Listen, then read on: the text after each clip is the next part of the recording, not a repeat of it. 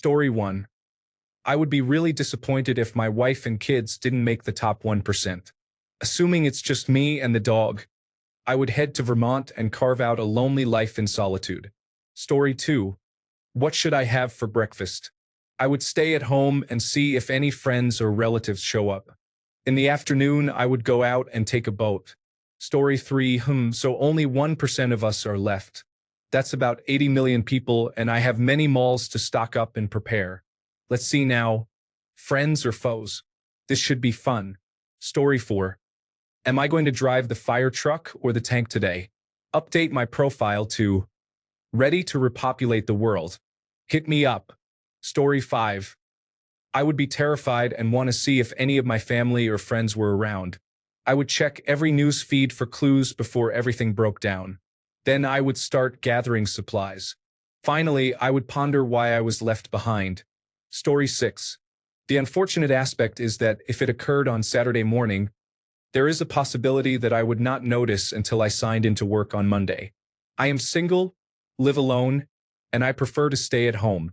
Monday morning would be an interesting experience. Story 7.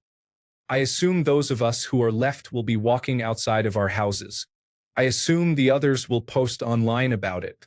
We will see each other for the first time and figure out what to do next.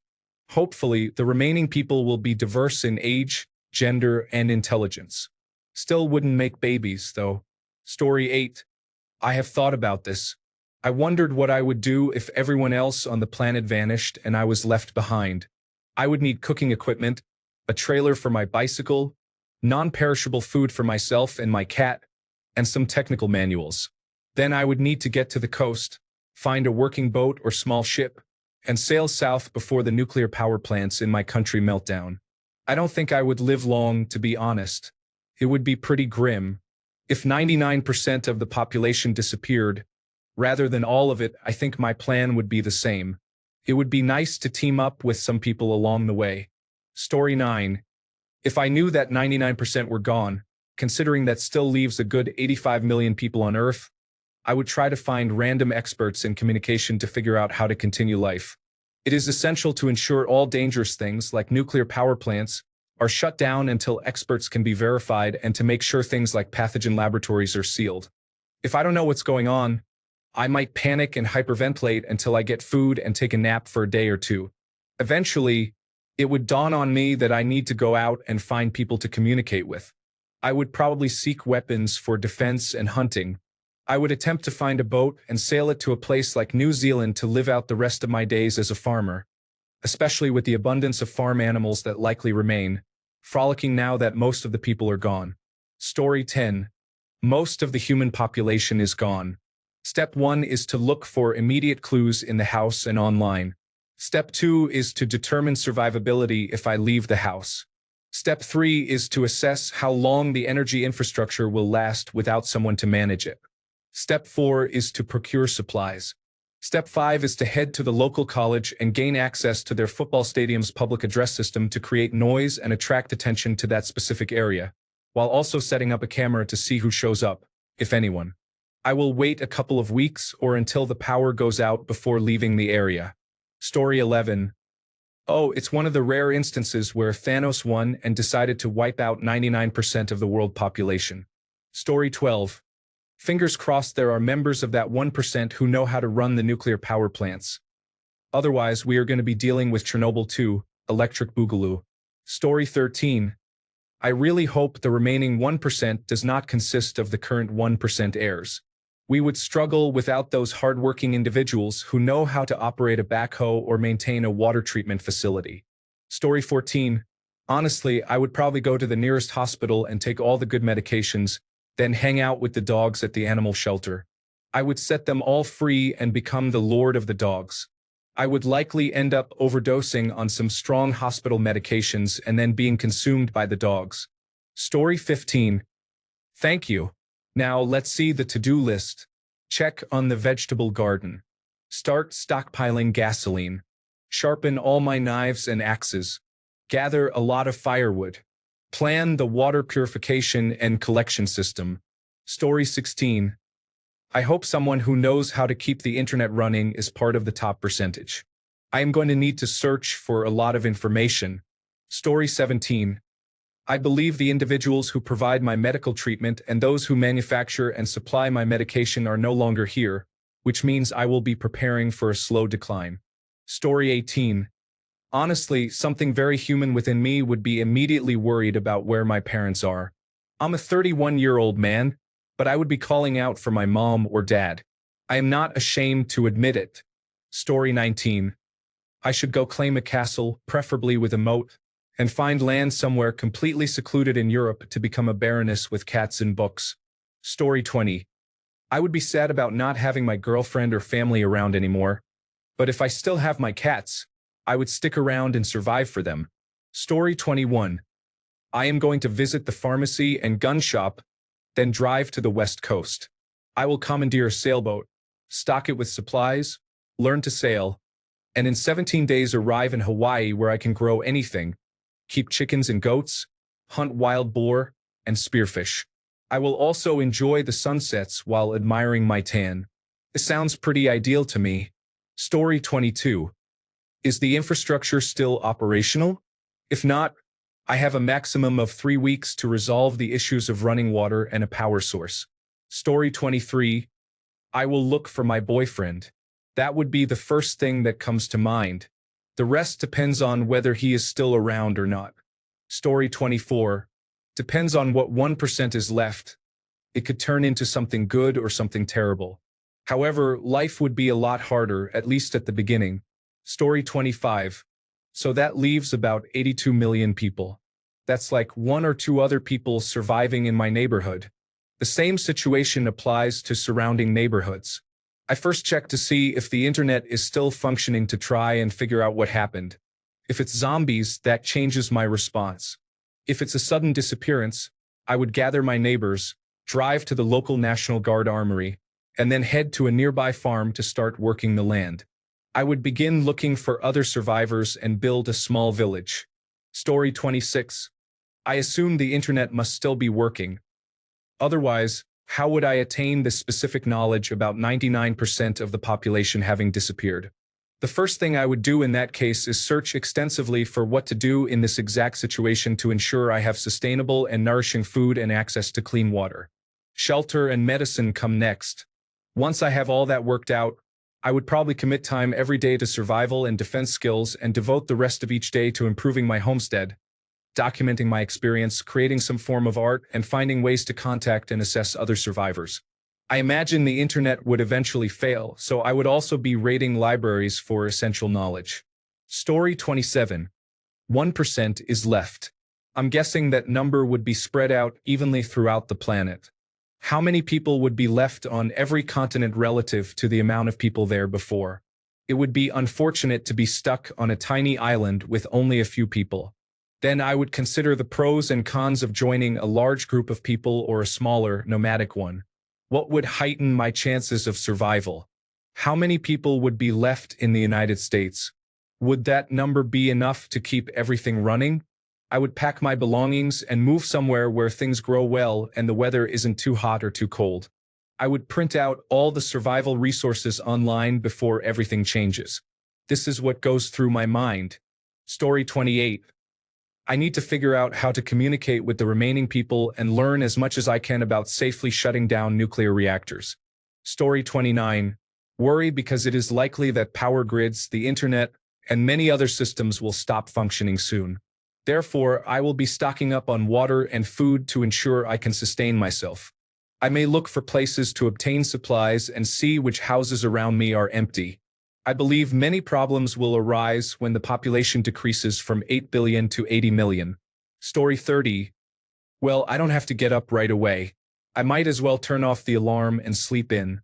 I will worry about what to do next later. Story 31. I am happy as long as the remaining 1% includes my family and people with the knowledge and skills to keep the most important industries and services running. I am also going on a shopping spree for clothing. Story 32. I finally get to take any yacht I can find and start sailing up and down the coast, stopping at different places along the way. Story 33. I am taking the nicest house and figuring out where things can still operate, considering the people working in utilities are going to be in short supply. Story 34. Finally, a perfect world. Are there still dogs, cats, and squirrels? That would be wonderful. Story 35. Find a secure location, such as a local Hilton Inn. Source water and food. Obtain a weapon. Be on the lookout for a long-term place to hunker down. Story 36. Did they leave any good extra sharp cheddar behind? At least I can take a decent nap and not have to worry about the economy. Story 37. Am I in danger? Why am I alone? Was it aliens, a disease, or zombies? I would stay quiet and try to investigate to find my friends and family. Story 38. Steal a better vehicle and gather supplies. Shop at other people's houses. Take credit cards, cash, and tradable items. Polish my sword. It doesn't need bullets, and a person carrying a broadsword looks intimidating. Check if the bartender is available and get a drink or three. There are still 80 million people. If my math is correct, that means there are likely other individuals nearby probably thinking the same way. That's about 3.6 million in the United States alone. Visit the grocery store, especially the liquor section, as those items are very tradable. Also, check if my solar panel is still operational. It should be, as it is sustainable. Steal a generator and fuel, then store the fuel in the shed. Hide my supplies around the house. Enjoy some drinks, take a nap, and cook some burgers. Consider crashing cars into things to create a barricade on my street. Check if Las Vegas is open. It probably is. Story 39. The rapture took almost everyone but me. I went to the stores and stocked up on everything. Food, clothes, shoes, household items, and anything else I use regularly. I also looked for a few vehicles to keep close to my house, as well as a weapon and ammunition, because those who remain might not be friendly. Story 40. I am in trouble. I have no idea how to farm, hunt, fish, forage, or provide basic medical care or maintenance. By the time I figure it out, I might die from disease, an accident, or an attack by one of the other survivors. Story 41. I hope at least someone I knew survived. Selfishly, I also hope the vast majority of the remaining humans are women. Story 42. I am going to release some shelter and zoo animals before they starve, excluding those that would pose a threat to my safety. Then I will set up a new home at a hydroelectric plant. Story 43. No traffic on my drive to work now, yes. Shortly followed by, oh wait, now my job probably doesn't exist. Story 44. I am autistic. Therefore, the vast majority of the population is not as jarring for me as it may be for others. Of course, I will seek out a new home, take most anything available for the taking, and secure as much as possible for safety against the remaining minority. I would try to generate my own electricity and water, and secure as much food as possible while growing my own. Quite quickly, I would realize the biggest drawback. The platform is not operating. Now I understand. Life feels somewhat pointless now. Story 45. Decades ago, I lived in the suburbs but took a new job downtown just before Christmas. Instead of driving myself to work, I started waking up very early and taking public transportation. One morning, there was a small snowstorm, and I may have noticed fewer people on the bus and perhaps the subway. I definitely noticed the streetcar. I was the only passenger other than the driver. I got off, walked into my office, greeted security, and went up to my office. Nobody else was there. It turned out it was January 1st, a holiday, and I had made a 90-minute commute on autopilot. That's my 1% story. Story 46. Don't threaten me with a good time. I love all of God's children, but as an introvert, I would be better off than most. Story 47. Find a house with a well. Install solar panels. Collect items before the gasoline goes bad. Build a greenhouse to grow plants and vegetables. Hunt for meat. Read books and watch any DVDs or Blu-rays I come across. Story 48. Quick, get directions to Area 51. Then, gather my cats and some supplies and go there. Secrets will finally be revealed, and I will be in a place that is essentially self-sustaining. Story 49.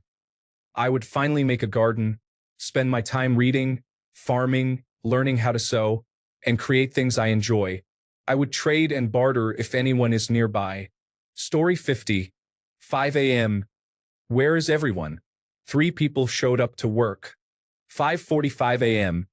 After driving back home, thinking it was a scheduled day off I wasn't informed about, I eventually discovered my parents aren't home, but their cars are in the driveway and their phones are in their room.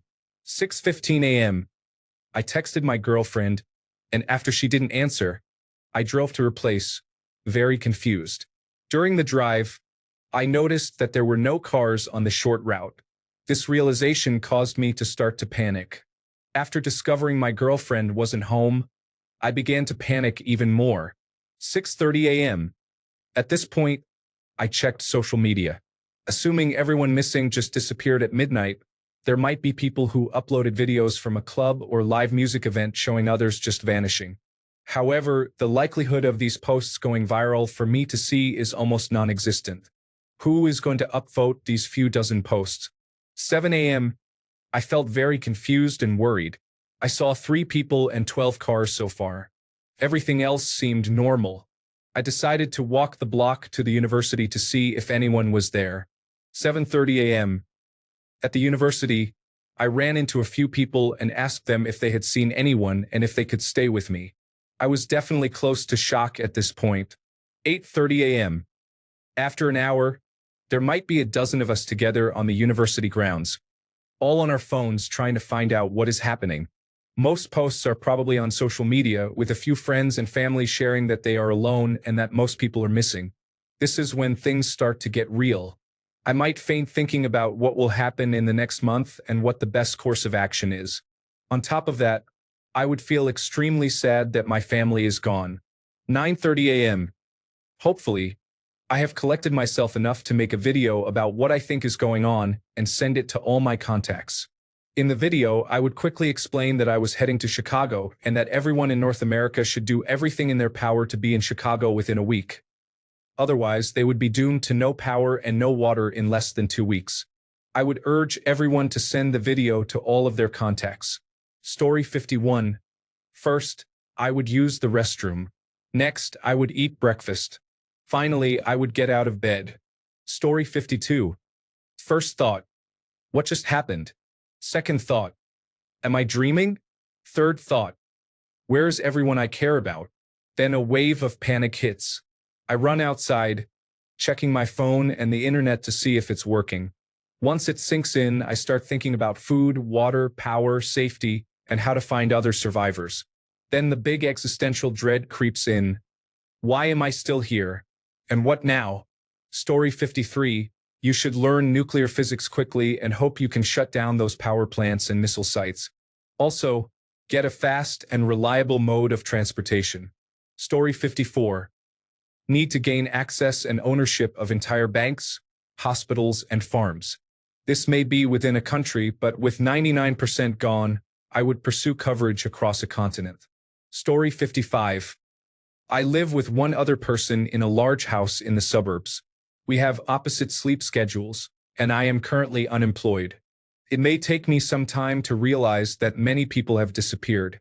Story 56. I will ask out every attractive girl who previously turned me down to see if my appeal has increased. Story 57. It's time to head for a warmer climate where food grows more readily.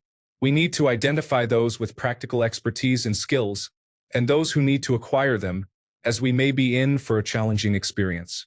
Thanks a bunch for sticking around till the end of the video. Remember to subscribe, and until next time, stay awesome and goodbye.